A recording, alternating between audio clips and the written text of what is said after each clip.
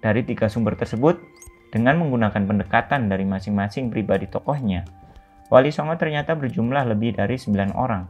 Mereka adalah Raden Rahmat yang bergelar Sunan Ampel, Raden Paku yang bergelar Sunan Giri Prabu Satmata, Raden Mahdum Ibrahim yang bergelar Sunan Bonang, Raden Qasim yang bergelar Sunan Derajat, Raden Alim Abu Hurairah bergelar Sunan Majagung, Usman Haji bergelar Sunan Undung, Syarif Hidayatullah bergelar Sunan Gunung Jati, Raden Syahid yang bergelar Sunan Kalijogo, Syekh Datuk Abdul Jalil yang bergelar Syekh Lemah Abang atau Syekh Siti Jenar, Ja'far Shadiq yang bergelar Sunan Kudus, Raden Umar Said yang bergelar Sunan Muria, Syekh Maulana Malik Ibrahim, Syekh Jumadil Kubro, Syekh Maulana Maghribi.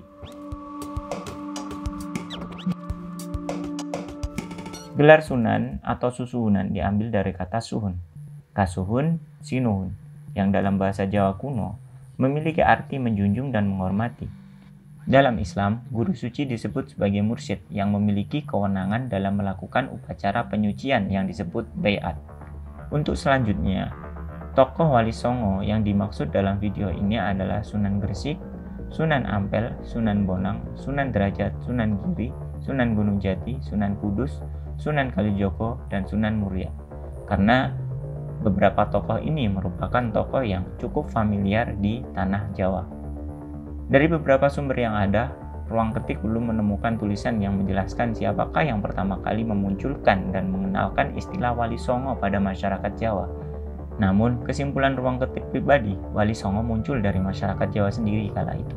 Sosok Wali Songo yang dianggap memiliki kedudukan sebagai waliullah syarat dengan hal-hal mistis dan diliputi cerita-cerita bersifat adi duniawi cenderung dikultus individukan oleh masyarakat. Didukung dengan budaya masyarakat Jawa yang masih kental dengan mistik dan praktik-praktik magis mistik, sangat mungkin untuk memunculkan istilah tersebut untuk memberikan julukan terhadap tokoh-tokoh Wali Songo tersebut. Sudah sangat jamak dikenal masyarakat umum di Indonesia, terutama masyarakat Jawa. Wali Songo, sebuah jaringan dakwah sistematis yang ternyata berpangkal dari keluarga asal Campa, melalui Putri Darawati yang dipersunting Sri Prabu Kertawijaya, Raja Majapahit ke-7 setelah kepemimpinan raja perempuan terakhir dari Kerajaan Majapahit, Dyah Suhita. Cukup perlu untuk diketahui, dalam buku The Champ of Vietnam, karya Tran Kupong dan Pruch Lockhart, bangsa Campa merupakan peradaban ras Austronesia yang menyerap peradaban, budaya, dan agama dari India. Cukup menarik sebenarnya pembahasan kerajaan Campa ini karena masih ada hubungan kerajaan dengan Nusantara, namun tidak sekarang. Wali Songo merupakan fakta sejarah yang cukup perlu untuk selalu dimunculkan dalam perbincangan tentang Islam di Indonesia. Bahkan bisa dikatakan wajib, karena Wali Songo memiliki peran yang sangat besar dalam penyebaran agama Islam di Indonesia, terutama di Jawa. Cukup tidak masuk akal jika memperbincangkan Islam di Indonesia namun tidak dimunculkan Wali Songo. Hal itu seperti memutus jalur sejarah Islam di Indonesia secara paksa. Sejarawan sepakat bahwa peran Wali Songo dalam dakwah Islam di Nusantara, khususnya di Jawa, sangat dominan pada abad ke-15 hingga ke-16. Namun, pada sisi sejarah mistisnya, masih banyak keragaman penafsiran. Tokoh-tokoh anggota dari Wali Songo ini banyak yang memiliki darah keturunan dari bermacam-macam negara. Samarkand dari Uzbekistan, Champa dari Vietnam, Gujarat, India, Mongolia, dan Persia. Hanya Sunan Kalijogo dan Sunan Muria yang tidak memiliki darah keturunan dari luar Nusantara. Namun, khusus untuk Sunan Kalijogo yang memiliki nama julukan Syekh Malaya, masih diragukan bahwa beliau tidak memiliki darah keturunan luar Nusantara. Hal itu dikarenakan Sunan Kalijogo merupakan putra dari Tumenggung Malaya Kusuma di Jepara. Sedangkan menurut legenda, Malaya Kusuma berasal dari negeri atas angin. Negeri atas angin sendiri adalah negeri yang terdapat di Asia Tengah dan Asia Barat.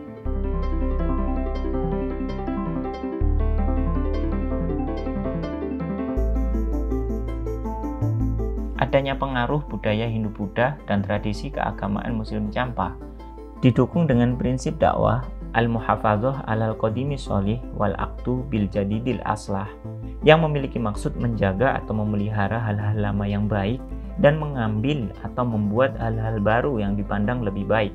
Sehingga dengan begitu, unsur-unsur budaya lokal yang beragam dan dianggap sesuai dengan sendi-sendi tauhid diserap ke dalam dakwah Islam. Sejarah mencatat, selama rentan waktu antara 1446 sampai 1471 Masehi, banyak penduduk Champa beragama Islam yang berbondong-bondong mengungsi ke Nusantara. Pada rentang waktu itulah terjadi proses Islamisasi secara besar-besaran di Nusantara dan kemudian dikenal sebagai zaman awal Wali Songo.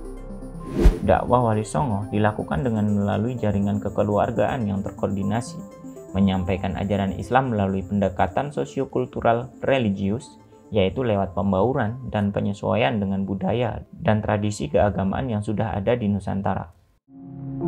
Tapi juga ada umat lain, yaitu umat Hindu. Harus kita ketahui pula bahwa bagi mereka hewan lembu itu dianggap suci. Gerakan dakwah Wali Songo melalui usaha-usaha penyampaian dakwah Islam dengan cara damai, terutama dengan prinsip mau'izatul hasanah wa mujadalah billati hiya ahsan, yaitu penyampaian ajaran Islam melalui cara dan tutur bahasa yang baik. Penyebaran Islam dengan cara ini memerlukan waktu yang sangat lama, namun berlangsung secara damai. Dan hasilnya bisa kita lihat sendiri bahwa Indonesia menjadi negara dengan populasi yang beragama Islam terbesar di dunia.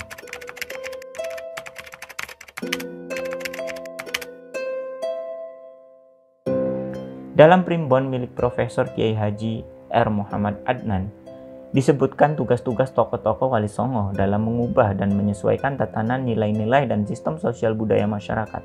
Sesepuh Wali Songo Sunan Ampel membuat peraturan-peraturan yang islami untuk masyarakat Jawa. Raja Pandita di Gresik merancang pola kain batik, tenun lurik, dan perlengkapan kuda. Susunan Majagung mengajarkan mengolah berbagai macam jenis masakan, lauk pauk, memperbarui alat-alat pertanian, dan membuat gerabah. Sunan Gunung Jati di Cirebon mengajarkan tata cara berdoa dan membaca mantra, tata cara pengobatan, serta tata cara membuka hutan. Sunan Giri membuat tatanan pemerintahan di Jawa, mengatur perhitungan kalender siklus perubahan hari, bulan, tahun, windu, menyesuaikan siklus Pakuwon, juga merintis pembukaan jalan. Sunan Bonang mengajar ilmu suluk, membuat gamelan, menggubah irama gamelan. Sunan Derajat mengajarkan tata cara membangun rumah, alat yang digunakan orang untuk memikul orang seperti tandu. Sunan Kudus merancang pekerjaan peleburan, membuat keris, melengkapi peralatan pandai besi, kerajinan emas, juga membuat peraturan undang-undang hingga sistem peradilan yang diperuntukkan bagi orang Jawa. Tidak hanya dengan proses tersebut, pengaruh pemahaman Sufi juga memiliki peran besar dalam penyebaran Islam di Nusantara. Tokoh-tokoh Wali Songo juga belajar dari kaum Sufi untuk menyikapi keberadaan ajaran selain Islam. Salah satu fakta sejarah yang menjadi bukti bahwa Wali Songo menggunakan pendekatan sufistik dalam dakwah Islam adalah terdapatnya naskah-naskah sufistik dan kisah-kisah tokoh suci yang memiliki karomah luar biasa yang dikaitkan dengan sejumlah nama tokoh sufi termasyhur. Sunan Gunung Jati dikisahkan memiliki kaitan dengan ajaran sufisme melalui kitab-kitab Syekh Ibrahim Arki, Syekh Sabit, Syekh Muhyiddin, dan banyak lagi lainnya. Sunan Kalijogo digambarkan berguru ilmu tasawuf kepada Syekh Darah Putih, keturunan Syekh Kasah, saudara Syekh Jumadil Kubro, dan juga kepada Sunan Bonang. Jejak karya sastra yang mengandung ilmu tasawuf banyak bermunculan pasca Wali Songo yang ditulis dalam bentuk tembang, kidung, syair, dan hikayat seperti Serat Sastra Gending karya Sultan Agung, syair Perahu karya Hamzah Mansuri, syair Ma'rifah karya Abdul Rauf Singtel, suluk Syekh Malaya, suluk Linglung, suluk Malang Sumirang, dan banyak lagi lainnya. Yang namanya Kitab Tuhfatul Mursalah, ya, Kitab Tuhfatul Mursalah ini zaman kolonial dilarang. Jadi yang punya pasti dirampas oleh Belanda. Saya baru dapat itu ngopi, itu pun koleksinya Seluk Kronya, wong Belanda yang punya, kita nggak punya. Untungnya para ulama zaman dulu ada yang sempat menerjemahkan. Kitab Tuhfatul Mursalah diterjemahkan menjadi Suluk Martabat Pitu.